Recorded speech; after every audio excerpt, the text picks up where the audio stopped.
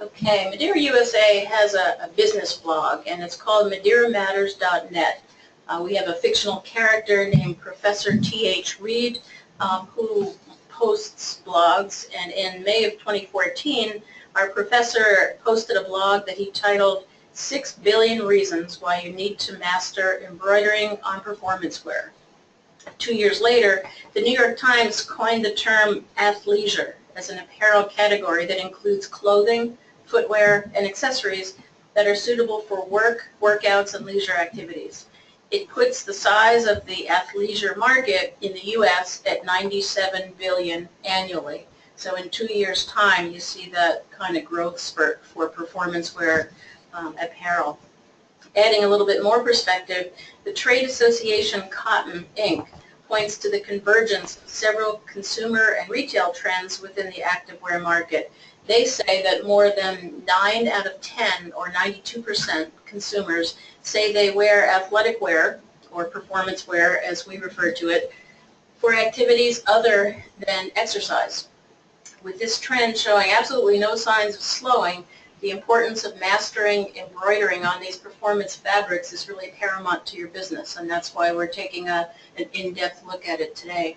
So with lots and lots of information to cover, I'm going to turn the webinar over to Rich, if you'd please begin on designs and digitizing. Sure. Well, with embroidering on this performance wear, of course a lot of you have already discovered it. It's a very stretchy material, and it poses a real challenge for us embroiderers. What I'm going to discuss in the digitizing end of this is where to start and stop certain fill areas. In other words, how to create the design, embroidering from the center out and from the bottom up. We're going to talk about stitch densities, how that affects the performance wear, the proper use of underlay, what type of underlay works best, and also what are the push and pull aspects of this particular material. As you know, push and pull has to do with distortions that occur in the embroidery process. And basically what to avoid when you're embroidering on this type of material. In particular, obviously, high stitch count designs and also other type of techniques that sometimes we can get away with it with other types of material, but are really bad for this kind of material. So the whole goal is to give you an idea, at least in the digitizing end of it, as well as some other aspects, what are the formulas or what are the do's and don'ts to create the best success when you're embroidering on this material. Okay, here we've got some examples. I sent these designs. Are basically really simple, two little circles. On the left, were done incorrectly, and I deliberately did some things to this, to these designs to create this effect. And you can see from the pictures here, you've got this kind of potato chip, curly, distorted effect, and that's probably the one thing that is most frustrating with embroidering on this material, is that you get a nice design and you get an expensive polo shirt with this performance wear, and you embroider it and you pop it out of the hoop and it looks like this, and it's really embarrassing. It's really hard to give that to your customer and expect them to want to come back for more. So basically on the left here, what I did was I embroidered with different, I set the design up with different stitch direction, different underlay, and different densities, and then I also overstretched the garment when I hooped it. And we'll talk about a hooping later, but for right now, let's concentrate on the digitizing aspect. What I like to do is I like to keep the fill stitch direction as horizontal as possible. Not completely horizontal. I like about a 15-degree tilt to the stitch direction. And the other thing I try to do is I keep the densities as down as low as I can, and I keep the stitch length up to 4 millimeters or even higher if I can get away with it, because longer stitch length puts less stress on this material. And then finally, what I like to do is I like to make sure that when you sew different elements in a design, you don't trap the material. In other words, you be careful how you start and stop certain elements of the design so that you don't trap or bubble up the material and cause distortion. I think if we showed the next slide here, we'll show you a simulation of this design, the circles. In this particular one, this is the one that I purposely did incorrectly. And what I did was, first of all, it's only got a single pass underlay that you can see from this simulation. And the single pass does minimal amount of stabilizing. And then finally, when it finally starts to sew, as you can see here, the first circle starts from the right, comes in halfway to, and then actually goes back to the center again. And then the next final circle sews from the left to the right. So if you can imagine what's going on with this material is it's being pushed all to the center, and it's causing massive distortion. And then finally, like I mentioned, I deliberately overstretched the material when I hooped it. And of course, then when it's all said and done, you pop it out of the hoop, it turns into a big mess. And this is what you want to try to avoid. So the correct way now, on the next slide, this is the same circles and everything, but I changed the underlay to start with. The underlay is done in what's called a crosshatch, or in some embroidery software it's called lattice. But it's basically, as you can see, it's two passes of underlay, and one is at a 45-degree angle to the top stitch direction. And then the second pass is at 135 degrees to the top fill stitch direction. But the other crucial thing I did was I started the design, these elements, at the bottom of the circle. See how it's sewing from the bottom up on both cases, and neither one ends or finishes where it traps the material. The other thing I did was I increased the stitch length some, and then because of the crosshatch underlay, I was able to lighten the densities so that we don't distort or stress the material in any way. One of the things that I think people forget about in embroidery is that really underlay is not unnecessary stitches. They're essential stitches, and what they do is first they stabilize the material, which is crucial for this type of performance wear, but also it provides a loft for aiding in coverage. And so in other words, by having this type of underlay, I can actually have lighter top stitch density and still get great coverage. Whereas I think a lot of people tend to, when they have a problem with coverage, like if the shirt's showing through, they just bump up the top stitch density and they forget about the underlay. And the underlay really plays a big factor in aiding in coverage. And so it's very important to do both in order to gain what you need. Anyway, you can see how this thing sews bottom up. There's no trapping of it. Comes out nice and flat, as you could see in the pictures before this. But, hey Rich, it's Nancy. I have a question for you. So one might think that it might balance itself out by adding underlay and reducing the top stitch, but that's not true, right? Well, I think I like to do both. I like to add underlay, and then that way I don't have to put so much top stitch density in. One of the things I forgot to mention, and I'm glad that you piped in, but there's what we're trying to do by doing this horizontal, or as I call it, 15-degree stitch angle on the fill stitch area, is we're trying to avoid stressing the material and what's called the bias of the material. Now the bias, and you can explain this better than I can, but the bias is basically the most stretchiest part of the material. So if you take a shirt, for example, before you even embroider it, and you pull on it side to side, top to bottom, and then also diagonally at a 45, you'll notice that the diagonal pull is where you get the most stretch. And so that in particular is crucial to avoid a stitch direction in your main fill areas that fall in that 45-degree angle. Nancy, you wanted to discuss more what the bias is about, or did I do a fair job of it? I think you did a really good job on that, Rich. I think people might be able to relate to it a little more if you think of a woven fabric more so, because you get very little stretch when you're stretching side to side and from top to bottom. But then when you do go to pull on those angles, the 45-degree angles, you'll get a stretch in a fabric that you don't think you would normally get a stretch from. So I think it's a little easier to relate it to a a woven fabric. But it also applies to the knit fabrics as well. So essentially, those are the weaker points. So by changing the angle of your fill, you're putting less stress, like Rich said. Yeah, and that's what we're trying to do is we're trying to really not overstress this material or let's say minimize the amount of it. And remember, here we are, we're putting a whole bunch of stitches. Some of these designs can get up to pretty high stitch count, even for left chest, where you're adding a bunch of thread on this already stretchy, thin material.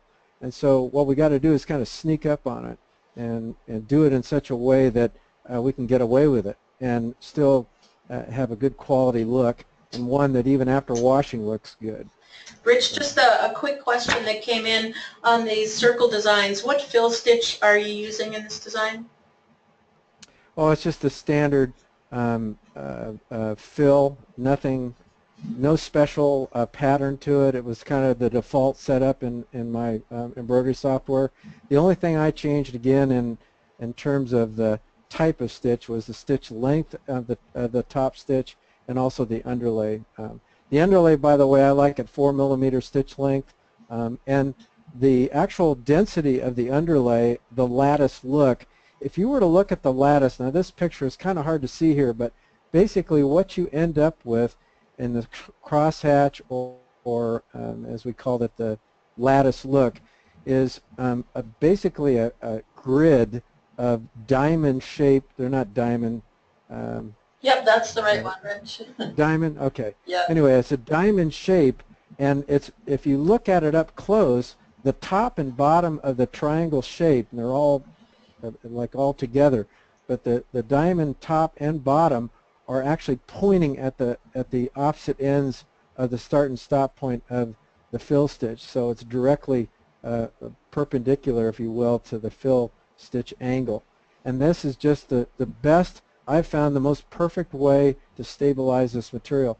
A lot of people in designs I see only use a single pass underlay, and I don't think that really provides enough stabilization.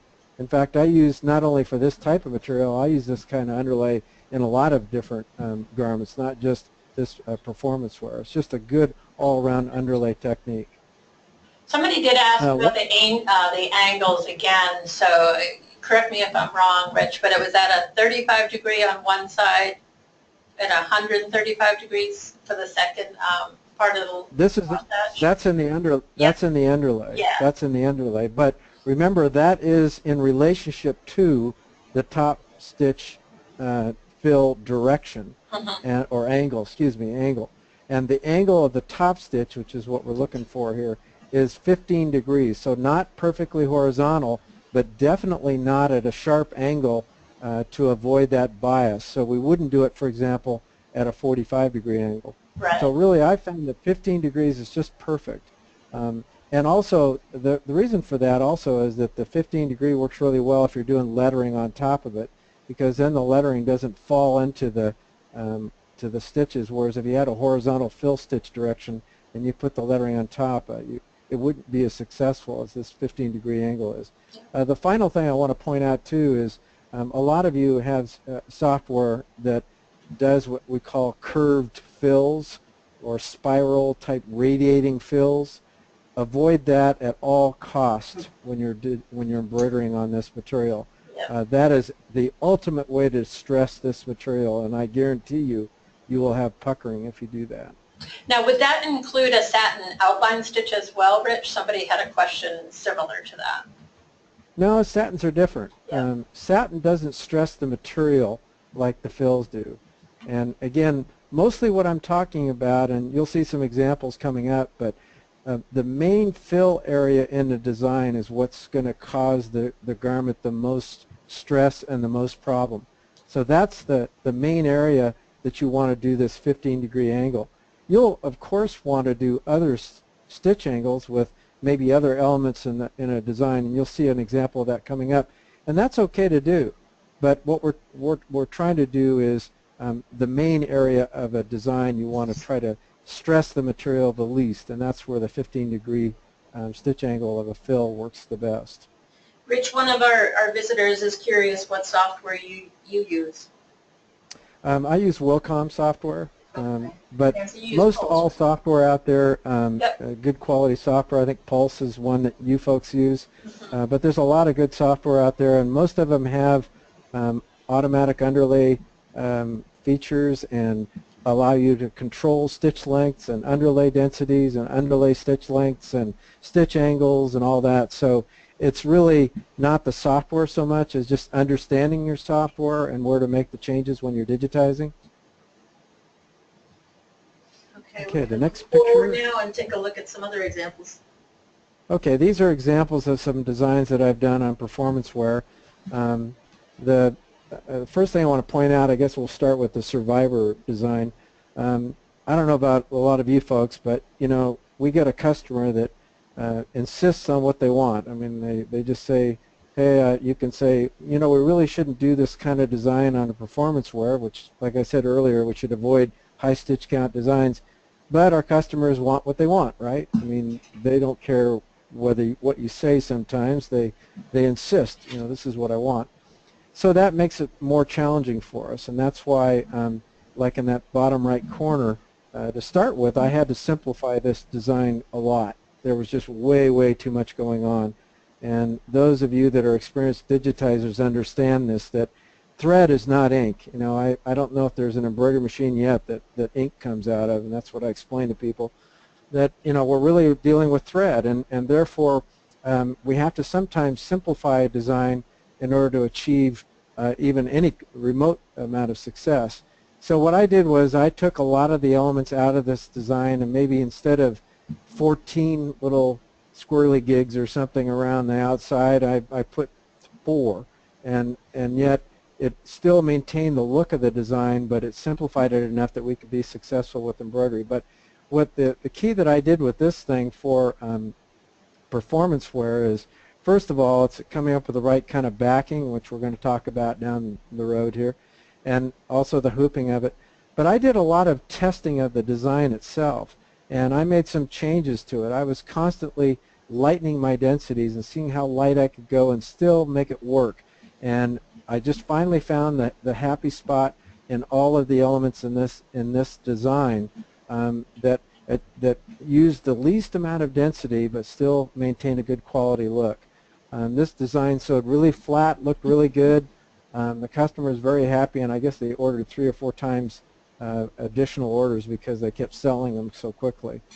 The upper right design, Ethos, is one I did here just recently.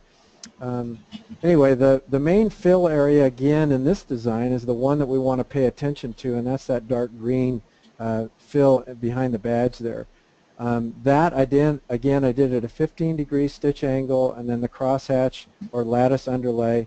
And by the way, I think I forgot to mention, but the density of the underlay you can play with, but I usually start at about a 3 millimeter box, if you will, or the diamond shape. If you were to measure it from side to side, it would measure 3 millimeters. So when you see it sew, it looks like a really light type of fill almost in the shape of these diamonds.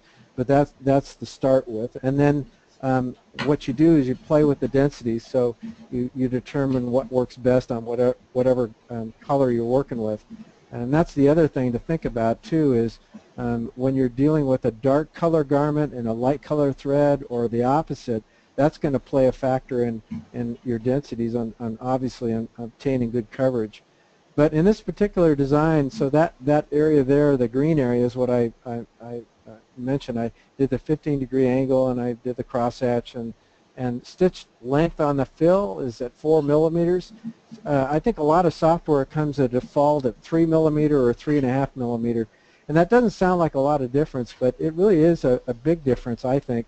First of all, a longer stitch length is going to stress the material least. it's also going to actually cover better than a shorter stitch length in your fills. But the other aspect I wanted to point out in this one particular design is that if you look at that green and you say, okay, well, if I were going to digitize this, I do the bottom section of that shield green first, and actually then I go up and I finish all the green area there, and I do the green first because that's the furthest behind, the furthest back object in this design, and that's how you digitize. You usually work from the back forward. But what I did was I didn't do that. I actually did the bottom section of that green fill, and then I did a color change, and I did the gray fill area behind the lettering consulting team. And then after I finished that, then I did a color change back to the green again and finished the top big fill area of the green. And again, the reason why I did that is I didn't want to trap that material, and I felt like I might have that risk if I did the green all first and then came back and did the gray. But the other thing about the gray is now the main area behind the consulting team lettering is done at a more or less horizontal stitch, but stitch direction, but slightly opposite of that main green fill area there. So again, you get a definition between the colors, and of course the black outline ended up finishing it off and hiding any gap between the two. But on the sides of the banner, you'll notice that it almost looks like it's a different color. But it actually is all the same gray. It's just that I changed the stitch direction on the outer portions of that banner. And again, what I'm talking about in the main fill stitch direction, that's what you got to worry about. But of course, when you're doing elements of a design, you're going to change stitch direction on some of the smaller elements because that's what makes them interesting, and that's what makes the design work. And the only thing that I was careful about on that gray area is I made sure I did not trap the material as it sewed. And that gray area sews all one. And there's techniques that I use, like travel stitches from one element to the next, that all get hidden later in order to prevent having to do a trim. But I got to tell you what, trims are not necessarily a bad thing. So if you feel like you need to throw another trim in there so that allows you to get from one part of the shirt to the other, so that you can sew in a way that does not trap the material, then I would, by all means, it's well worth it to throw that extra trim in there, even though our tendency is we want to eliminate as many trims as possible to maintain production ability and speed. But and the final thing I wanted to point out about that is that this design is, again, I like to do everything from the center out and bottom up if I can. So even the lettering, and it's just kind of a habit that I've gotten into where the word ethos, for example, I created all those letters from the center out. So I started with the H and I went to the T and then the E, and then I trimmed and went over and did the O and then the S. So the whole idea is that as a design sews, it flattens out the material and it doesn't trap anything. The design on the left with the dragon there, again, the main fill area, that being white, same kind of thing, horizontal, basically 15-degree off of horizontal stitch direction. The crosshatch underlay, as I mentioned before, and then the next color is the red, and again, that's if you're going from the furthest back, working your way forward, that's the next element, and that actually sews all without any trims. It sews first the upper right, it started with the star, did that part of the border, and then it travels down and sews the next star at the bottom and that portion of the border, and then finally went up and finished the top star and that border. And then the final thing that sews is the gray dragon. And the gray dragon, there's some elements that are just too far apart from each other to not have a trim. But even at that, I sewed the centermost portions of the dragon first and then finished it off. I think the head is the last thing that sews. And again, everything is designed to flatten out the material evenly as it sews. Rich, can I stop and interrupt you just for a minute? A couple of people have written in asking for a longer description of what trapping the material means. Can you explain that? Okay, absolutely. You remember the two circles, right? And when we first saw that one that was puckering, how it sewed, it basically trapped or bubbled the material. And if you look at it, it would sew from the right to the left, and then the other circle from the left to the right. Well, guess what happens when they meet in the middle? You're trapping the material. You're making it bubble up, and it has nowhere to go. And so what's it going to do? It's going to be the potato chip look. It's going to be a big wave in that. And there's no way to get rid of it, because the very nature of embroidery is, especially in fills, it pushes. In other words, every single layer of stitching back and forth in a fill, when it finally gets to wherever it's finishing, it's actually going to grow or push the material out a little bit. And it really doesn't seem like it would happen, but it makes sense that it does, and especially with this material, it's really stretchy. So the bubbling that I'm talking about, or trapping, is basically the material having nowhere to go and actually forming a bubble, if you will, from the fact that it started and stopped in those particular sequences in the wrong place. And that's why I always like to try to pay attention to how I'm doing a design. So as I'm digitizing, I try to visualize how it's going to sew on the machine. I think one of the best ways to learn digitizing, or even good embroidery just overall, is to watch a design that was well digitized sew, and just watch how it sews, and you can kind of see for yourself and imagine what's going to happen to that material as the design is being created. And that's what I do when I digitize. I try to visualize, okay, if I start here and I end over here, what's it going to do? What's the material going to do? Are we going to cause any problems? And so you try to think ahead about what you're doing and where you're going to start a certain element, where you're going to end it, and then how does that relate to all the other elements in the design? How do they start and stop? Are we going to have a problem if we start at this one spot and end over here, and are we going to trap the material? Is it going to have nowhere to go but bubble up? I hope that kind of explains it better for everybody. If not, we can talk about it some more. Rich, it actually does explain it. I think that you did a really great job explaining it, and it also addressed a question that somebody wrote in just a few minutes ago.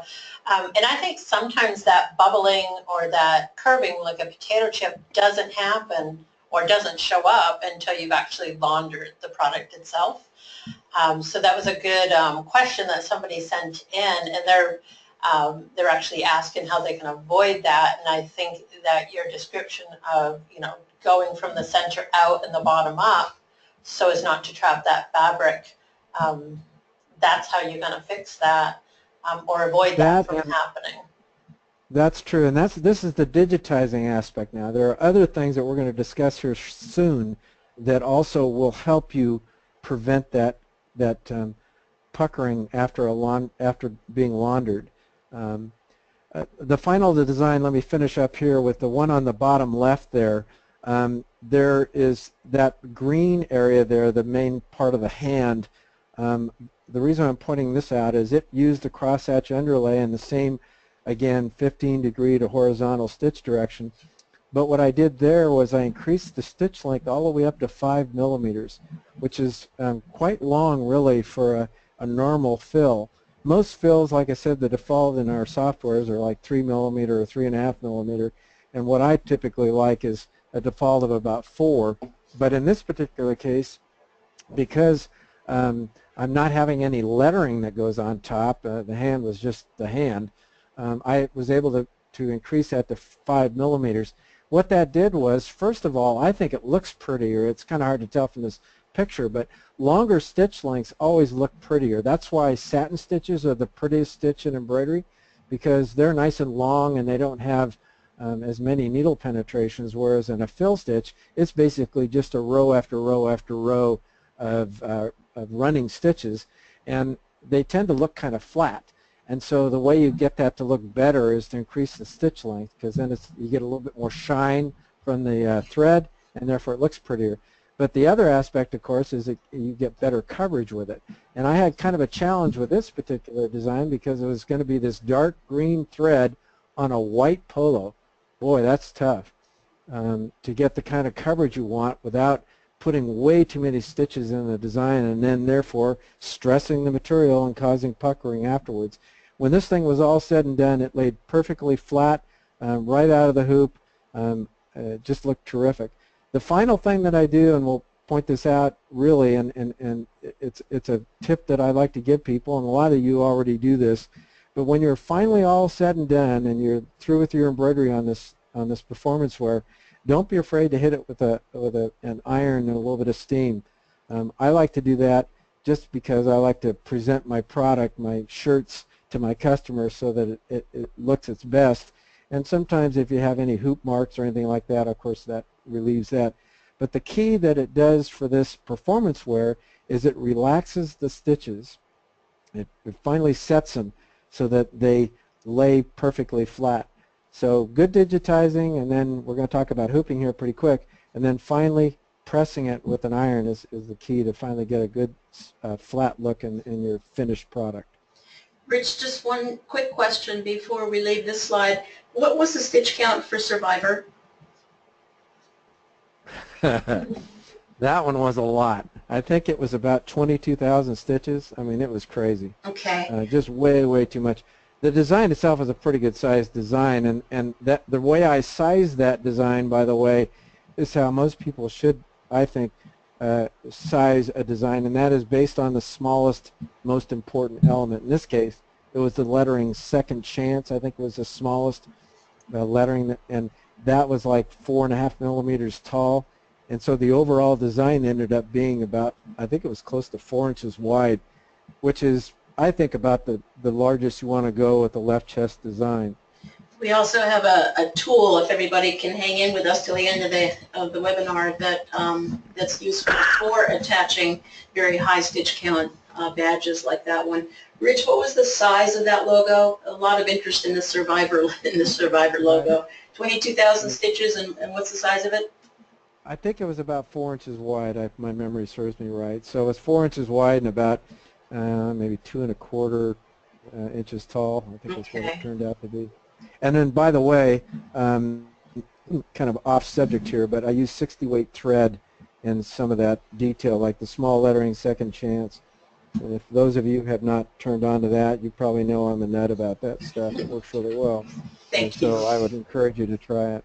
Okay, we're going to go over to Nancy now, and she's going to talk a little bit about choosing the correct backing for performance wear. Okay, so we started off a theme here with Think Light. It's really important to keep that in mind when you're talking about embroidering on performance wear, so that does include the backing as well. And for backings, when you're embroidering on these types of fabrics, you'll want to maybe move away from those basic cutaway backings, and especially not the tearaway backing on its own, but there's a couple of low-profile backings that are available that work really great with this thin fabric, and it works very well with it. One is a no-show Weblon. That's a nylon mesh, has a little bit of a embossed look to it. You might be familiar with that one. A fairly new one to the industry is a woven cutaway backing for performance wear as well. And the key here is that these are both lightweight, they're low profile backings, so you're not adding a lot of bulk behind that thin fabric. Additionally, you can use with one of the other of these backings, you can use a lightweight, highest a medium weight tearaway to add a little more stability. It can increase the crispness to the design, especially it helps the whole design, but especially within the small letters themselves. So on the next slide here, we have a couple of just images of the backings to familiarize yourself with them. On the upper right-hand corner is that Easy Cut Performance Wear backing. You can see that's a woven fabric, which is really unusual for backings. Most backings are not woven. This is one that was manufactured specifically for this reason. And on the lower left-hand side are the Weblon no-show backings. Again, both low profile, great products for the, along with the digitizing that Rich talked about. Nancy? Yes. I was going to ask you too, I have found that the Weblon is what I've been using for many years and really love it. And as you said, it's nice and lightweight. I've on really heavy stitch count designs, in particular that Survivor design everybody was asking about with that high stitch count. I use 2 layers of that Weblon for that. But recently, with this performance wear backing, that upper right corner picture there, I found that I can use just a single layer of that for the same high stitch count design and have pretty good success. Yep, I would agree with that as well. And and for a really big design, not really big, you could use 2 pieces of either one of these. Like Rich said, I think the Weblon, you could easily use 2 pieces. But because they are the low profile, if you need a little more stability, just when it comes to that cut performance in the upper right-hand corner, you might be adding a little bit too much thickness if you go in 2 pieces. So 2 backings there, like Rich said. When it comes to the angle of the woven cutaway backing, Rich, would you recommend hooping it at an angle, or do you think that would matter? No, I haven't necessarily felt that. What I like to buy are the pre-cuts because I guess I'm too lazy to cut my own out of a big roll, but I just find that it's much faster for me in production to have them pre-cut, and I just go by how they're cut and place them in my hooping device that way. Mm-hmm. So I haven't had any, I don't do anything special with that, no. Okay, I agree. I think pre-cuts are the way to go. Very easily, you just grab it and it saves a lot of time. One question that somebody asked was, does the cutaway fray? It's actually pretty, it seems to have something on it that keeps it from fraying like badly. It doesn't fray unless you really pull on it.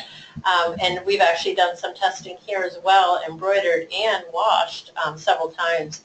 And yes, it's going to get a little bit softer on the back side, and you will have a little bit of string. So the other question was, how close do you trim it?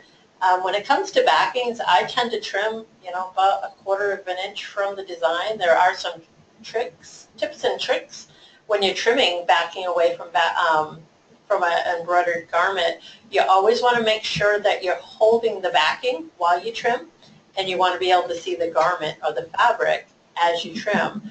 That will help you avoid nipping or nicking the fabric itself and making a hole in it and essentially ruining your whole job once you put a hole in the fabric. So I usually go about 1/4 of an inch from the edge.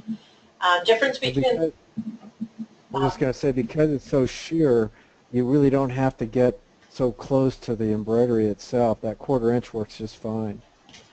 Yep, absolutely. Somebody asked about the difference between Weblon and the woven. Kind of what it sounds like, that their names kind of indicate that cut performance woven backing is a woven backing. So you have threads that are overlaid like a basket, and and that's the way that fabric is made. The other one that is nylon, sometimes referred to poly mesh within the industry. There's another backing out there that really truly is a polyester mesh. This one is actually nylon, and it's we call it Weblon no-show. It's not woven. It has a little bit of an embossment look to it, a little bit lighter weight than the performance wear. Somebody did ask, how do you use the tearaway backing with it?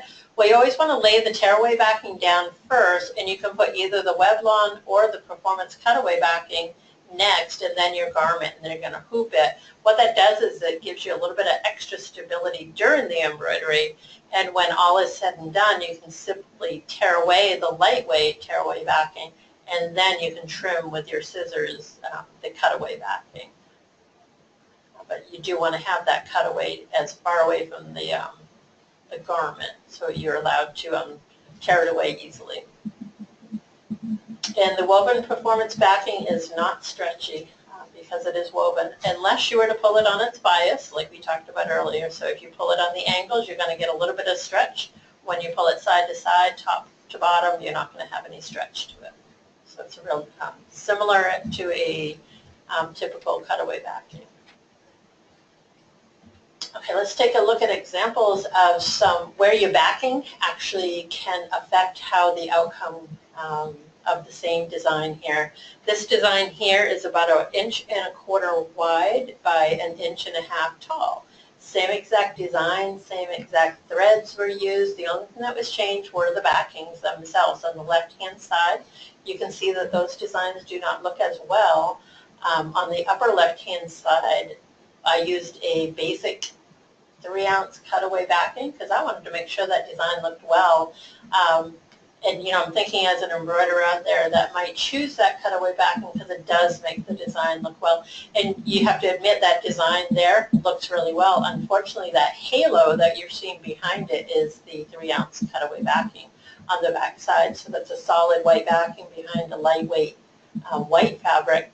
So that's what we call in the industry the badge effect. So it looks like there's a white badge that's behind there. And if anybody has seen that worn on a person walking around, it's really not that good looking. The design looks nice, but the backing doesn't. On the bottom left side, I got a little lazy and I used a tearaway backing because, you know, this is a nice square design, a little rectangle design, and if I use a tearaway, I can simply tear it away. It makes it nice and easy in the end, but unfortunately, it did not support the fabric while it was being embroidered enough because it is just a tearaway, and the puckering occurred. And not only do you have puckering there, you're seeing some distortion in the design as well. And on the right-hand side are both the Weblon no-show on the top right and the cut performance on the bottom right. And those are those low profile. I did trim them about 1/4 of an inch from the edge, and both designs look great. Little to no distortion and a little to no puckering there on that. And that's what you want to achieve with this. This design was digitized, much similar in the way that Rich recommended as well. So that, along with the proper backing and the proper hooping, which is coming up next, produced beautiful designs that are going to last throughout multiple washes. Nancy, quick question, please. Can you repeat the order of using tearaway and the mesh? Sure. The tearaway, you want that as far away from your fabric or your garment as possible. So think of it as lay down that tearaway, lay down your performance wear backing, and then put your garment on top. Now you're ready to hoop it all so that the tearaway is on the very bottom, and you sandwich the cut performance in the middle. The idea is there, once you hoop it, you have a nice sturdy hooping, so it's holding that fabric nice and well, giving a little more stability during the embroidery process. When you're done, you can easily tear the tearaway backing away because it's not sandwiched, it's on the bottom side.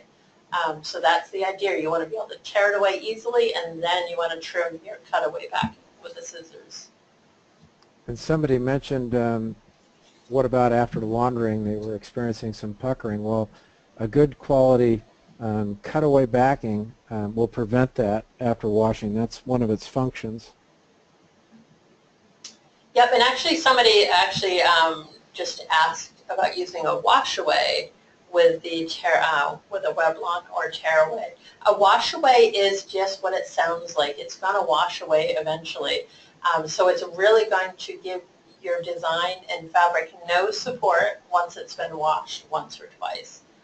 It essentially disappears. So you need that cutaway backing, the Weblon no-show or the cut performance wear. Is what you want to have on the back side of these types of garments with the right designs, correct hooping, and you're going to find you don't get the puckering and you're not going to get that potato chip curling. And also, that's why color of the backing is a good idea to pay attention to. Like, for example, you wouldn't use a black cutaway backing on a white shirt for obvious reason, and so you'd want to use a white one. I noticed in the Weblon that you guys have that in black, white, and then in a tan. Is that correct? That's correct. Yep.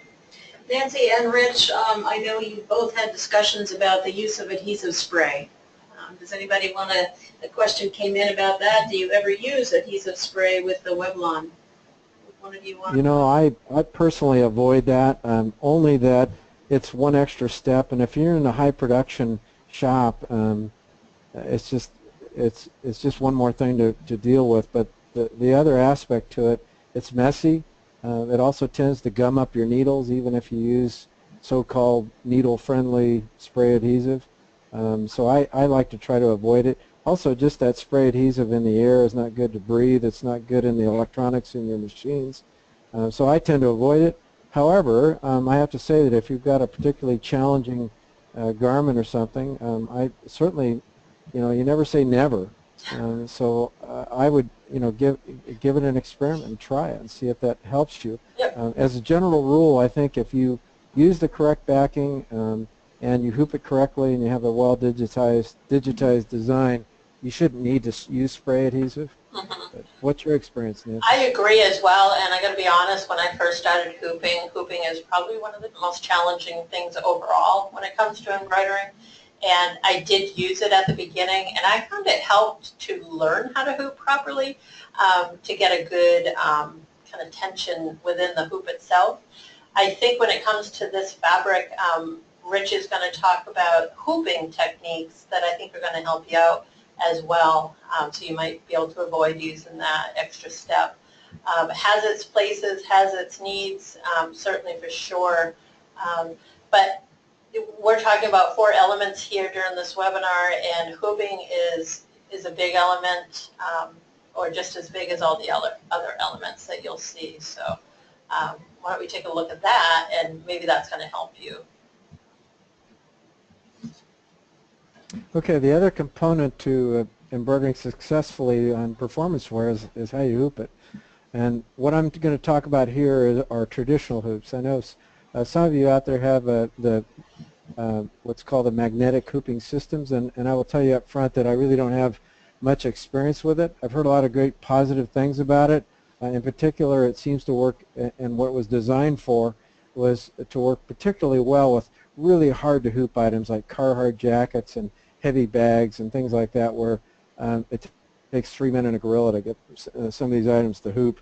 And I'm a pretty strong guy, and I can kind of overcome most items, but a lot of people out there, it's just really difficult to do. So the magnetic hoops really help in that. I have to say that the key, though, with performance wear, and like I said, I don't have any experience with the magnetic hoops to tell you this, whether you experience this or not, but what you want to absolutely avoid when you're hooping performance wear is getting the material to stretch.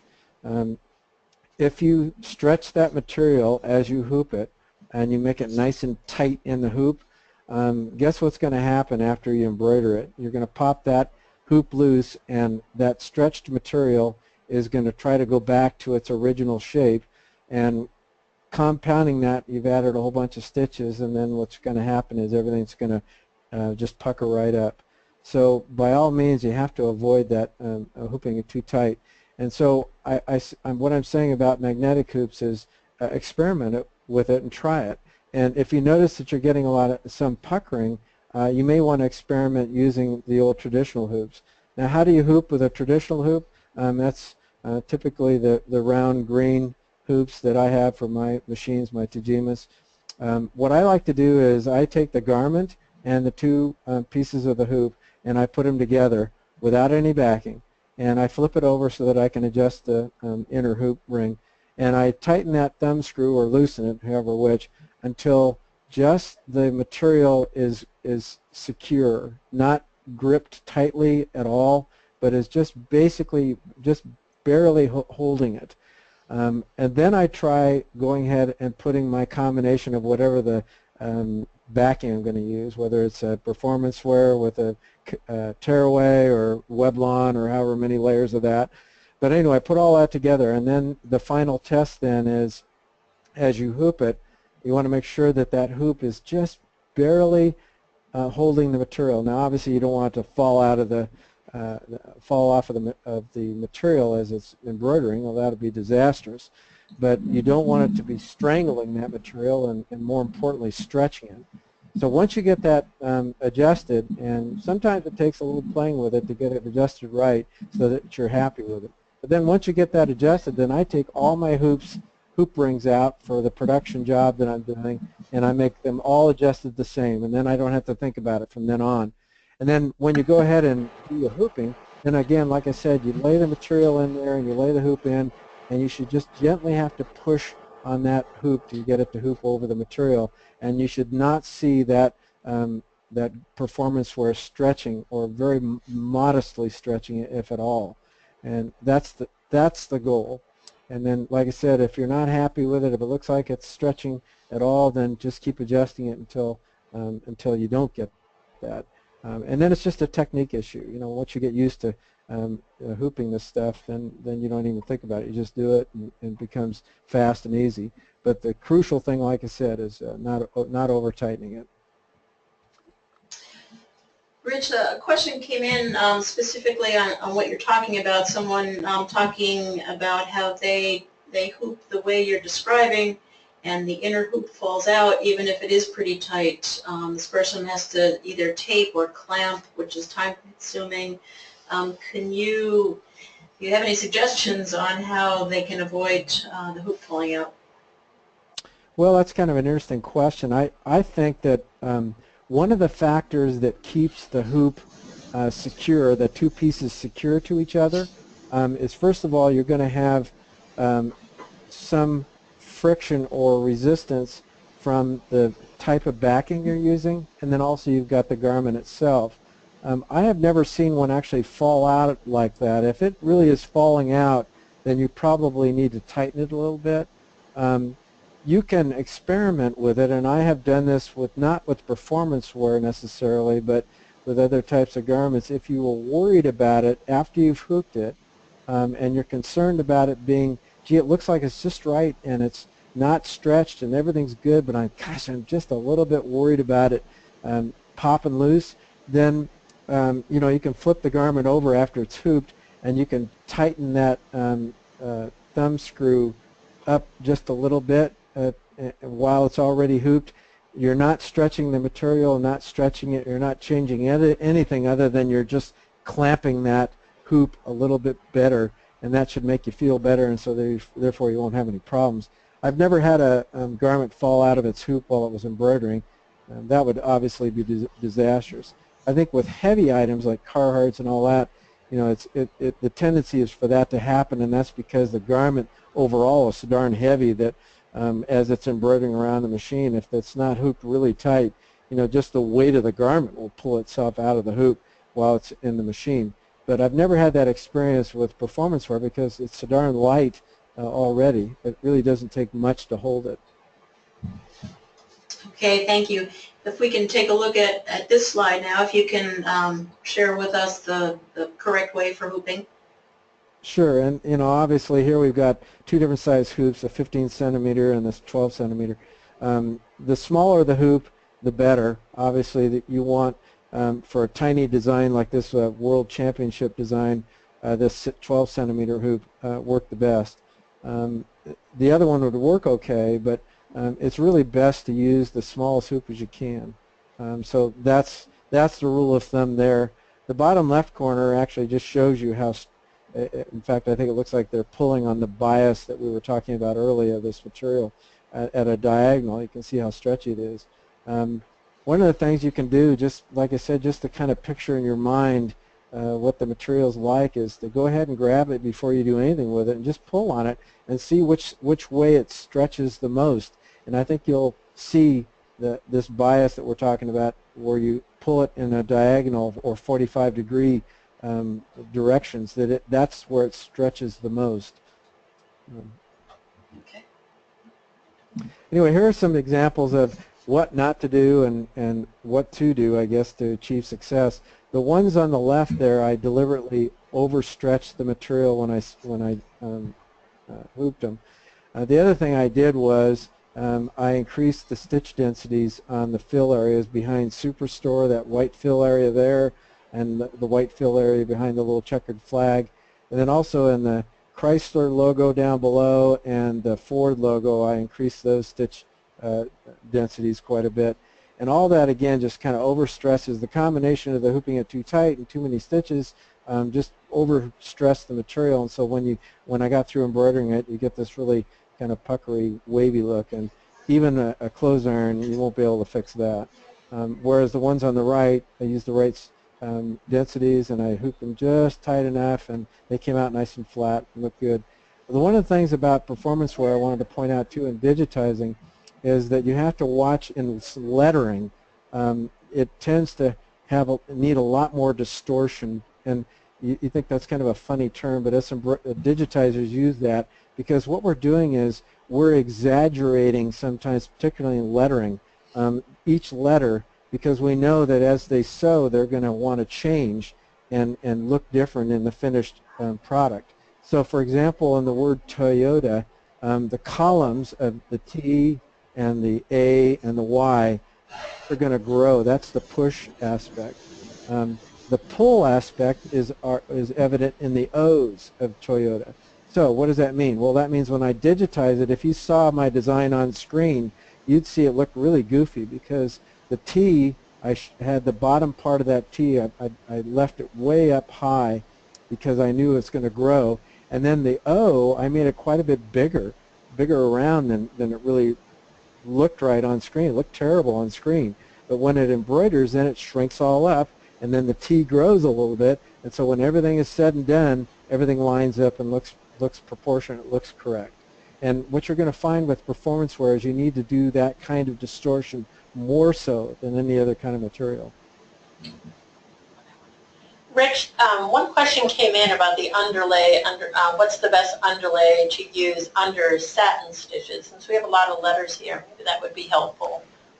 Yes, it is. And I'll tell you what, I use a basic rule of thumb is how wide are the columns in the letters. Anything that is, I think, over 2 millimeters wide, I like an edge walk. I don't know, some people call it guideline. It's, again, each software describes it differently, but basically that's a running stitch that goes just on the inside perimeter, if you will, of the columns. And what that does is it gives those satin stitches something to grab a hold of, so you minimize the amount of pull that occurs when it's stitching those letters. And the key also, and I see this time and time again, is you have to make sure that the stitch length in that guideline or edge walk underlay is not too long. I see stitch lengths of 2 1/4 millimeters long or 3 millimeters long, way too long for that. You want them shorter. I usually set my default between 1.5 to 1.8 millimeters in length. And then the distance from the edge, that's where you have to play with it a little bit. I like about 0.45 millimeters from the edge, and then with performance wear, I'll even throw some pull comp or width to those columns even more, because again, they shrink up more with this material than usual. But then as a final thing, oftentimes depending upon what the coverage aspect is, in other words, like in Lithia, for example, it's kind of hard to tell from these pictures, but those are actually pretty wide columns, and I have white thread going on a black garment.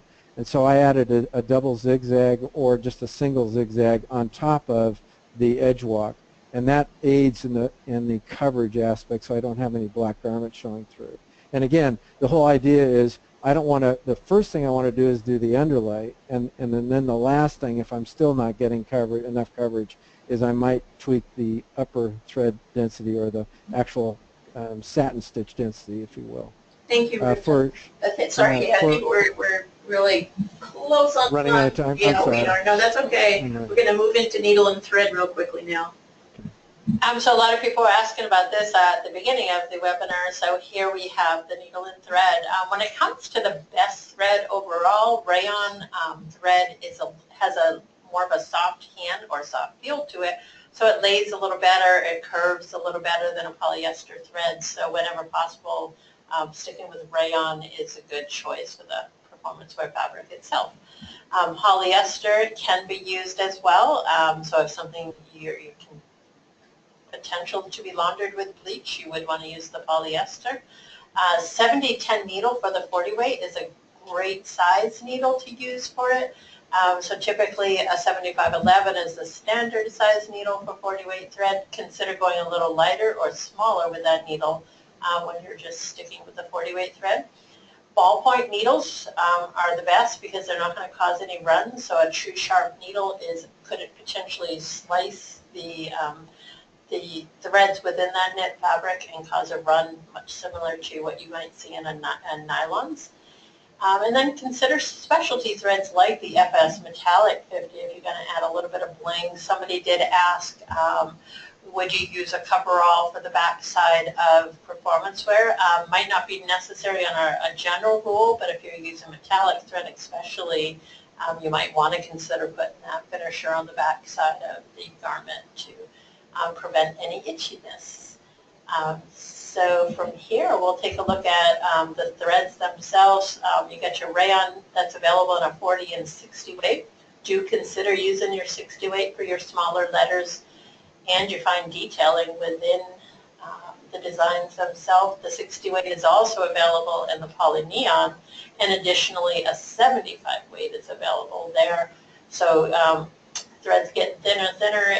You can get more details out of your designs when you throw in those lighter weight, especially with this thin fabric as well. And we got the fish up there on a blue performance wear that Rich digitized for us some time ago, and that has some FS50 metallic in there. It gives it a little bit of bling. Right here we have a nice needle chart for you. This is actually available as one of the handouts, and the needles themselves, so when it comes to 68 needle, those are great for your thinner weight threads, your classic rayon, your poly neon 60 weights, and the 75 weight, a small 68 needle works great. For your 40 weights, you can use your 70-10, but you can also use a 65-9 needle. If everything's set up well, digitizing, your machine tensions are great. The smaller the needle, the smaller the penetration hole, and the crisper the design. So that's a great example there. We point out there that ballpoint needles are usually labeled with the SES, especially on these smaller size needles, and that's going to indicate that it is a ballpoint needle. And the reason why they're best for performance wear is they're going to push the fabric aside as it penetrates rather than slice the fabric as it's going through. There are universal point needles out there as well, usually indicated with the RG on the packaging, and that is another option. You just want to make sure you are staying away from the true sharp point needles when you're embroidering on any knit fabric. So Alice had mentioned this earlier with that Survivor logo as another alternative when it comes to performance wear. Like Rich said, you know, your customers want what your customers want. So when they come in with a 30,000 stitch design, that's 4 inches by 3 inches, and say, please, you know, put this on lightweight performance wear fabrics, it's really not, it's a true challenge. And if anybody can do it, Rich can. But another option out there is using the multifunctional frame system, because with this product, you can actually minimize the stitches that actually go onto the performance wear. You can also produce standalone badges, and it is specific to your machine, and the hoop itself can just be used for other hooping jobs as well. We'll take a look at a couple of examples here that we're actually done with it. So the product itself comes with a square gray hoop, the 2 metal inlays on the upper left-hand side, and those paper pre-frames there. On the lower right-hand side, we're showing you how a standalone lace, sorry, I keep wanting to say that, it's a standalone badge, so essentially it pops right out of that plastic. So that's one of its intentions. The other one is you can take it and embroider that scuba diver that's on the upper right-hand side. All of the blue, the scuba diver, the green grass that's growing up there, which is probably 20,000 stitches there, all in and of itself, was digitized specifically to stitch out on this plastic. Once that part was done, the machine was stopped and it was hooped. The garment itself was hooped in, and that badge itself was attached with the green and the yellow satin stitches, and the lettering and the little stars there were put on the fabric itself, with probably about another 10,000 stitches. So we took a design that was 30,000 stitches and took off 20,000 from the garment itself. So putting a big design is an option, and this nifty tool here helps you achieve that. Not only does it help you do that, on the back side you notice I used the black Weblon on the black fabric. And it actually gave it a real nice look to the back side of it, a real finished look. So all of the stitching and the plastic part is underneath there or on top of the garment itself. Okay, a real quick summary. Rich and Nancy, if you can give us one brief statement about each one of the topics that you've each talked about. Sure. Now, in digitizing, that's the first element. Lighter densities, longer stitch lengths, using proper underlay, and don't be afraid to do some testing to achieve what works best, and then just hooping it as lightly as possible without stretching it. When it comes to the backing, think lightweight backings with low profile is the way to go for performance wear. Rich, hooping? Yes, I mentioned hooping it as lightly as possible. You don't want to stretch the material. You want it to lay just smooth and flat, and you don't want it to stress it at all, because that will cause puckering once you release it from the hoop. And when it comes to the thread itself, excuse me, the thread itself, do think light. Consider those lighter weight 6 to 8 threads as an option. Excuse me. When it comes to the needle, consider going down a size. So go a little bit smaller with that needle when you're embroidering on this fabric. Okay, we've gone a little bit over time, which if you're still with us, we appreciate your time. We had a lot of information to cover, and I think many of you appreciated the wealth of knowledge that Rich and Nancy have shared with you. Here you have a reward. We want to thank you for sticking through this hour plus with us, 10% off your next order. We have contact information here for Rich. We've actually sent all of you an email already. If you check your emails after you've kind of logged off our webinar, we've sent you an email with links. The only thing that we don't have for you yet is the full question and answer between Nancy and Rich and Morgan on the computer. We will be collecting, as I mentioned at the very beginning, all of your questions and sending them all out to you. The email that is waiting for you now will have links to our printed version of the webinar. If you'd like to print out the screens, we will be getting up on YouTube the actual recording. We do have a link to Rich's website if you'd like to see more of what he's done, and a lot of info sheets, some of the charts that Nancy has described to you. A question very early on after the slide with the information about our blog. We do have a business blog that is intended to be educational. It is MadeiraMatters.net, M-A-T-T-E-R-S, MadeiraMatters.net. We'll put in a link to that as well. Thank you so much for your time. We hope that you've enjoyed the experience, and we'll be back to you. Watch your emails. We'll have another webinar within 2 months. Thank you.